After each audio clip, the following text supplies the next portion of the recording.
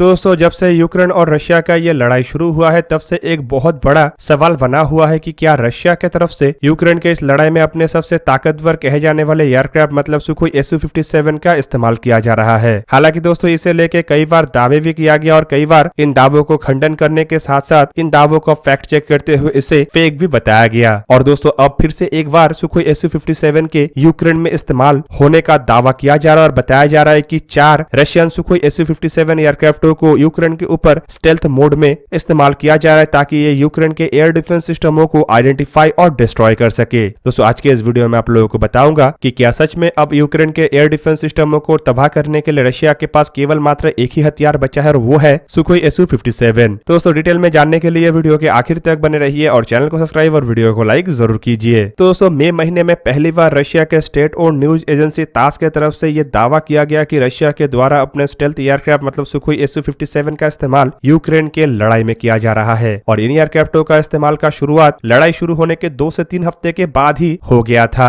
Basically दोस्तों तास news के इस रिपोर्ट के बाद 9 जून के दिन और एक Russia state own media RIA नोवस्ती के तरफ से एक क्लेम करते हुए बताया गया है कि रशिया के 4 सुखोई Su-57 फाइटर एयरक्राफ्ट एक नेटवर्क के तहत ऑपरेट हो रहा है ताकि ये यूक्रेन के एयर डिफेंस सिस्टमों को आइडेंटिफाई और डिस्ट्रॉय कर सके। हालांकि दोस्तों ये मीडिया की तरफ से जो क्लेम किया गया है इसे कंफर्म करने के लिए कोई सबूत नहीं है और ना ही मीडिया हाउसेस की तरफ से इसे कंफर्म करने के लिए किसी तरीके का कोई सबूत दिया गया है। पर सोशल मीडिया में कई तरीके के ऐसे वीडियोस सर्कुलेट हुआ है जहां पे सुखोई Su-57 फाइटर एयरक्राफ्ट को ज़ायडमेर रीजन के ऊपर उड़ान भरते हुए दावा किया गया। बताया जा रहा है कि ये रशिया के साउदर्न मिलिट्री डिस्ट्रिक्ट का डिप्लॉयमेंट है और ये सुखोई Su-57 के पहले डिप्लॉयमेंट है। हालांकि दोस्तों जब तास न्यूज की तरफ से पहली बार ऐसा दावा किया गया तब बताया गया था कि सुखोई Su-57 फाइटर एयरक्राफ्ट को यूक्रेन के एयर डिफेंस मिसाइल सिस्टमों के किल जोन से बाहर ही इस्तेमाल किया जा रहा है। मतलब इन एयरक्राफ्टों को वहां तक फ्लाई किया जा रहा है जहां तक यूक्रेन के एयर डिफेंस सिस्टम के मिसाइल पहुंच ना सके। दूसरी तरफ बताया यह भी जा रहा है कि एयरक्राफ्ट असल में रशियन एरोस्पेस के सेफ्टी के अंदर ही फ्लाई कर रहा है और यूक्रेन के टारगेटों को तबाह करने के लिए एयरक्राफ्टों के द्वारा केवल मात्र स्टैंड ऑफ डिस्टेंस के मिसाइलों का इस्तेमाल किया जा रहा है। मतलब ऐसा मिसाइल जिसे इस्तेमाल इतने दूरी से किया जा सके जहां तक यूक्रेन के एयर डिफेंस सिस्टम के मिसाइल ना पहुंच सके। और दोस्तों अगर ये खबर सही हुआ तो ये रशिया के सुखोई Su-57 एयरक्राफ्टों का ऐसा पहला कॉम्बैट एक्सपीरियंस नहीं है बल्कि ये रशिया के उन दावों को भी सच करेगा जिसे लेके रशिया का कहना है कि ये एक ऐसा एयरक्राफ्ट है जो अमेरिका के F-22 F-35 को चैलेंज कर सकता है। हालांकि अगर सुखोई Su-57 के डिप्लॉयमेंट का घटना सही है तो दोस्तों ये F-22 एयरक्राफ्ट और F-35 एयरक्राफ्टों के बाद पहला किसी 5th जनरेशन के स्टेल्थ एयरक्राफ्टों के लड़ाई में इस्तेमाल होने का भी घटना होगा। हालांकि दोस्तों अगर यूक्रेन के एयर स्पेस के ऊपर Sukhoi Su-57 fighter aircraft fly कर रहा है और इसे अब तक डिटेक्ट नहीं किया जा सका तो इसका सिंपल मतलब ये है कि अमेरिका के जो एसेट यूक्रेन के अंदर इस्तेमाल हो रहा है उनके पास रशिया के सुखोई Su-57 को डिटेक्ट करने का क्षमता है ही नहीं। और रशिया जिन एयरक्राफ्टों का निर्माण किया है ये स्टेल्थ फीचर में इतना आगे है कि अमेरिका के लिए एयरक्राफ्टों को ढूंढ पाना या देख पाना आने वाले भविष्य में और मुश्किल होगा। हालांकि दोस्तों अमेरिका के एक्सपर्टों का इस घटना को लेकर अलग ही बयान है और उनका कहना है कि ये जो सुखोई Su-57 फाइटर एयरक्राफ्ट है ये फिलहाल बड़े आकार के थ्रेट को झेलने के काबिल नहीं है और ये सरफेस टू एयर मिसाइलों के वार को संभाल नहीं सकेगा जिस कारण रशिया शायद ही इन एयरक्राफ्टों को यूक्रेन के सरफेस टू एयर मिसाइल के दायरे में इस्तेमाल कर रहा होगा। मतलब अमेरिकी एक्सपर्टों का भी मानना है कि इन एयरक्राफ्टों का अगर इस्तेमाल हो रहा है तो ऑब्वियसली किल जोन के बाहर ही है जहां तक रडार का पहुंच नहीं है या फिर मिसाइलों का पहुंच नहीं है। हालांकि दोस्तों इसके अलावा भी एक बड़ा सवाल ये है कि रशिया के पास जितने संख्या के सुखोई Su-57 फाइटर एयरक्राफ्ट है क्या ये यूक्रेन के लड़ाई के ऊपर कोई प्रभाव बना सकेगा। आपकी जानकारी के लिए बता दूं कि फिलहाल रशिया के पास ऑपरेशनल 4 ही सुखोई Su-57 फाइटर एयरक्राफ्ट है और 4 एयरक्राफ्टों के द्वारा यूक्रेन के लड़ाई के ऊपर इंपैक्ट डालना लगभग इम्पॉसिबल है क्योंकि इस लड़ाई में रशिया के बेहतरीन से बेहतरीन एयरक्राफ्ट कहे जाने वाले सुखोई 35, सुखोई 34, MiG-29 जैसे एयरक्राफ्ट इस्तेमाल हो चुका है और यूक्रेन इनमें से कई एयरक्राफ्टों को अब तक मार भी गिरा चुका है। दोस्तों रशिया के बेड़े में सुखोई Su-57 को अगर देखा जाए तो पहली बार रशिया के तरफ से सुखोई Su-57 फाइटर एयरक्राफ्ट को दिसंबर 2020 में हासिल किया गया था। हालांकि ये पहला एयरक्राफ्ट नहीं है बल्कि ये दूसरा एयरक्राफ्ट था। पहला एयरक्राफ्ट तो साल 2019 में डिलीवरी से पहले ही क्रैश हो गया। तीसरा और चौथा एयरक्राफ्ट का डिलीवरी साल 2021 में किया गया और साल 2021 में डिलीवर किया गया 2 एयरक्राफ्टों में से एक एयरक्राफ्ट के ऊपर नंबर 52 लिखा हुआ था और इसका सिंपल मतलब ये है कि ये चौथा एयरक्राफ्ट है और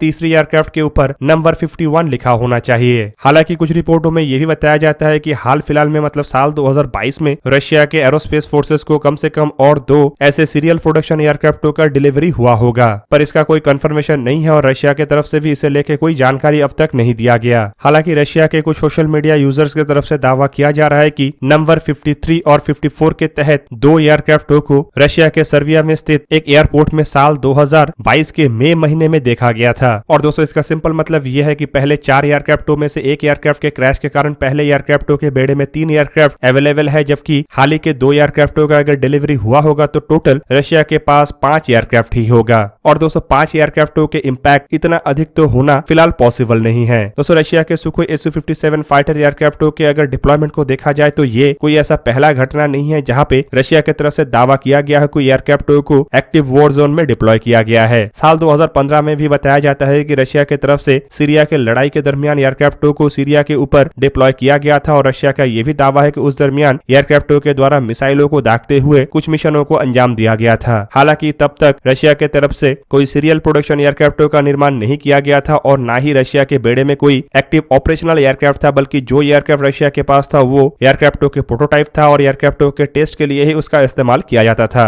रशिया की तरफ से उस दरमियान भी बताया गया था कि ये रशिया की तरफ से एयरक्राफ्टों के वैलिडेशन और एयरक्राफ्टों के क्षमता को जांचना था, ना कि कोई एक्टिव लड़ाई में एयरक्राफ्टों का इस्तेमाल करना था। दोस्तों रशिया के सुखोई Su-57 फाइटर एयरक्राफ्ट को अगर देखा जाए तो रिपोर्ट के मुताबिक रशिया टोटल अब तक 16 ऐसे एयरक्राफ्टों का निर्माण कर चुका है, जिनमें 6 सीरियल प्रोडक्शन और 10 टेस्ट बिट है। 6 एयरक्राफ्टों में से एक एयरक्राफ्ट क्रैश हो चुका है, ये आपको बता चुका हूं, जबकि 5 एयरक्राफ्ट फिलहाल एक्टिव है। दोस्तों ये जो एयरक्राफ्ट है इसके प्रोजेक्ट तो काफी साल पहले शुरू हुआ, लेकिन रिपोर्ट के मुताबिक एयरक्राफ्टों का फर्स्ट फ्लाइट आज से करीबन 12 साल पहले मतलब 29 जनवरी साल 2010 में हुआ। एयरक्राफ्ट को 25 दिसंबर साल 2020 में ही रशियन एयरफोर्स के बेड़े में शामिल किया जाना संभव हो पाया। दोस्तों ये जो एयरक्राफ्ट है ये सिंगल पायलट वाले 2 इंजन का एयरक्राफ्ट है, जिसका लंबाई 20.1 मीटर मतलब 65 फीट 11 इंच के आसपास है, जबकि इसका विंग स्पैन 14.1 मीटर मतलब 46 फीट 3 इंच के आसपास है। एयरक्राफ्ट का हाइट करीबन 4.6 मीटर मतलब 15 फीट 1 इंच के आसपास है, जबकि इसका विंग एरिया 78.8 मीटर स्क्वायर मतलब 848 स्क्वायर फीट के आसपास है। एयरक्राफ्ट के empty weight 18,000 kilogram, gross weight 25,000 kilogram और maximum take off weight 35,000 kilogram के आसपास बताया जाता है। एयरक्राफ्ट के फ्यूल कैरिंग कैपेसिटी करीबन 10,300 किलोग्राम इंटरनली है और इसके पावर प्लांट के रूप में 2 Saturn AL-41F1 afterburning turbofan engine का इस्तेमाल किया गया है, जिसका ड्राई थ्रस्ट 83.3 किलोन्यूटन और मैक्सिमम आफ्टरबर्निंग थ्रस्ट 142.2 किलोन्यूटन है, जबकि कई जगहों में बताया जाता है कि इमरजेंसी कंडीशन में ये 147.1 किलोन्यूटन थ्रस्ट जनरेट कर सकता है। दोस्तों ये जो एयरक्राफ्ट है ये हाई ऑल्टीट्यूड में मैक्सिमम मार्क 2 के रफ्तार से मतलब 2135 किलोमीटर पर आवर के रफ्तार से उड़ान भर सकता है, जबकि इसके जो सुपर क्रूजर रफ्तार है मतलब बिना आफ्टर बर्निंग के सहारे मैक्सिमम रफ्तार में फ्लाई करने का कैपेबिलिटी है वो मार्क 1.3 मतलब 1400 किलोमीटर पर आवर है। एयरक्राफ्ट सबसोनिक रफ्तार में 3500 किलोमीटर के दूरी पूरा कर सकता है, जबकि 2 आउटबोर्ड फ्यूल टैंक के सहारे ये जो एयरक्राफ्ट है ये अधिकतम 4500 किलोमीटर के रेंज पूरा कर सकता है। सुपरसोनिक रेंज इसका 1500 किलोमीटर है, जबकि इसका सर्विस सीलिंग मतलब ऊंचाई में जाने का क्षमता करीबन 20,000 मीटर या फिर कहे तो 66,000 फीट के आसपास है। एयरक्राफ्ट में एक 30 मिलीमीटर के ऑटो कैनन का इस्तेमाल किया गया है, जबकि इसके अलावा इसमें टोटल 12 हार्ड पॉइंट है, जिनमें 6 इंटरनल और 6 एक्सटर्नल हार्ड पॉइंट है। इन हार्ड पॉइंटों के सहारे ये जो एयरक्राफ्ट है ये R-77M air to air missile, R-74 M2 air to air missile और इजरायलिया 810 एयर टू एयर मिसाइल को कैरी कर सकता है, जबकि इसके अलावा एयर टू सरफेस मिसाइल के रूप में KH-38M KH-59 MK2 मिसाइलों को कैरी करने का क्षमता इस एयरक्राफ्ट के पास है। एयरक्राफ्ट KH-35U KH-31 जैसे एंटीशिप मिसाइल को कैरी कर सकता है और KH-58 USHK